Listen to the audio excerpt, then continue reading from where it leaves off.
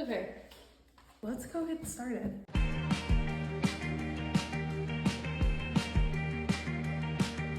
I actually have to leave in a little bit, so I want to get at least like the first coat done of like the backwash. You'll see. I'm not gonna really speak on this video. I'm just gonna let it record and do its thing and do a voiceover. It's a little more professional. So let's get started. Hi guys, this is my first time ever doing a voiceover, so hopefully this sounds okay. I'm just gonna narrate this video because, yeah, I was watching YouTube the entire time and I took the sound out.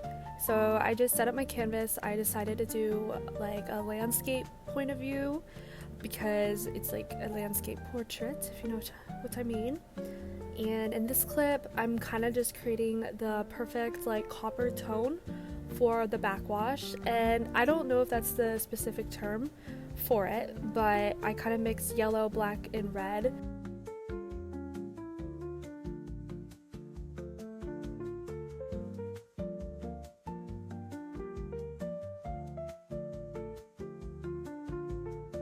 Then I kind of just add like a little bit of water to make the texture easier to apply because you want this coat very, very light, and it kind of sets the undertone for the painting so your canvas isn't stark white underneath the only layer.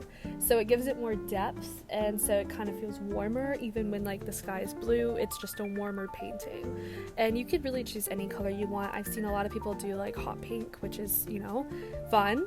Yeah, so it's like a little secret underneath your little painting. So yeah, I love my big brush. I'm wiping it off. Oh, oopsies. So now I am creating the sky color, which I'm using blue, and I think I used some white, maybe a little bit of red. I'm also very distracted. I apologize. I will insert the reference painting somewhere in here for what I kind of used as a reference. I was looking at a bunch of pictures at first on Pinterest, but I decided with one that I like the most, so there I go, mixing it up. It's kind of aesthetic and like visually pleasing to watch you mix paints. And I'm applying it. So for these types of strokes, I kind of just go like diagonal and like just whatever type of way to completely fill the canvas and make sure nothing is showing underneath.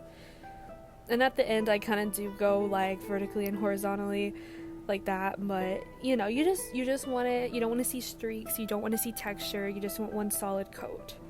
And if your coat bleeds through, like you can see underneath it, then you'll have to apply a second coat depending on how dark you want it. By the way, this is not like a tutorial, but kind of is, but like don't copy me, but like, you know.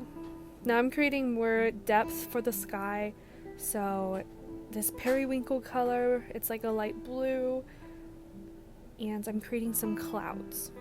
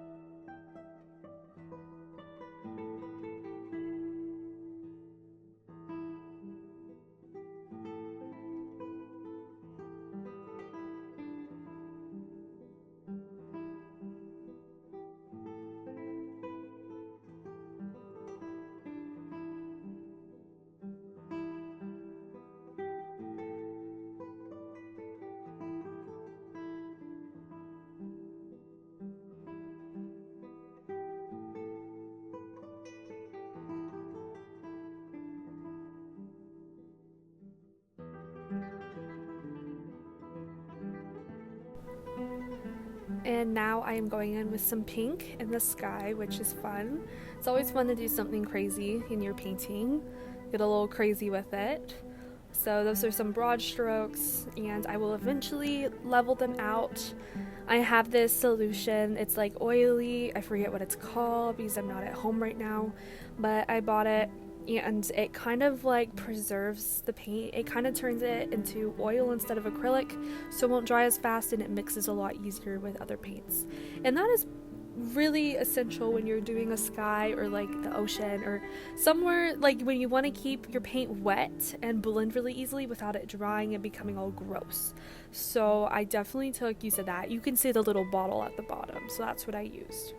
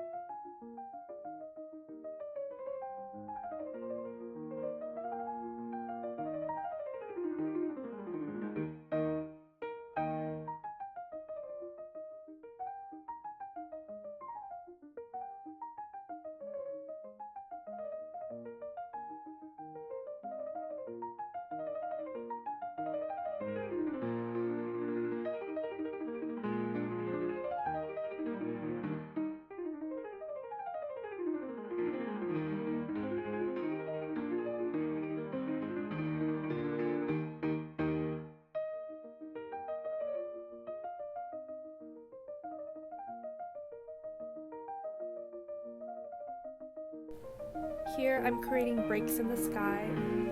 When adding this stark yellow, you need a couple layers for that, but it's not the ocean or anything that you see above. It's just kind of like the sunset or whatever you want to call it.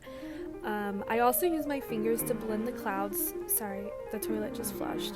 I use my fingers to blend the clouds a little bit. Sometimes like the oil from your fingers, like the natural oil, and the warmth of your hand could be really nice to blend and make it seem more textured and like the clouds. And I'm adding highlights to the clouds, like whites and light pinks, to make them pop and stand out from the dark sky.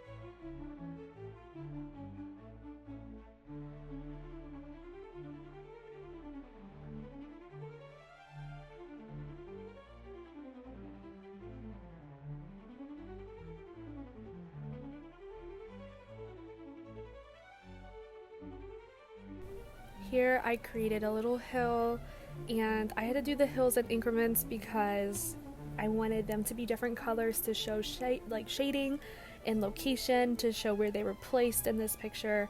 So I did one at a time, let it dry, then I would do another hill. And I also worked on clouds in the meantime in between the hills and adding more highlights to them. and the hills are just like a faraway color. Like when you look out and at the horizon, you see like this like bluish, greenish, purplish indigo of faraway hills. So that's what I tried to do.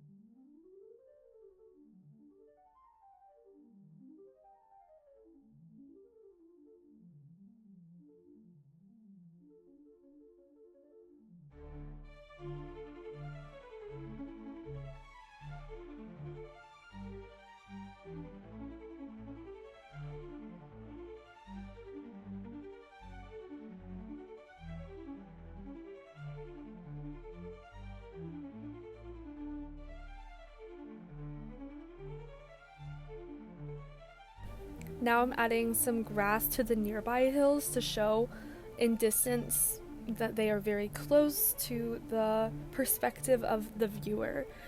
And you'll see me add more highlights and light green to show individual bushes and grass bushels and stuff like that. And eventually I will add flowers, and when doing so and adding like a lot of texture, a fan brush is what's best. Obviously not when you're like putting the colors down like I am right now in solid blocks, but fan brushes are key when creating texture, and I love to use them for nature.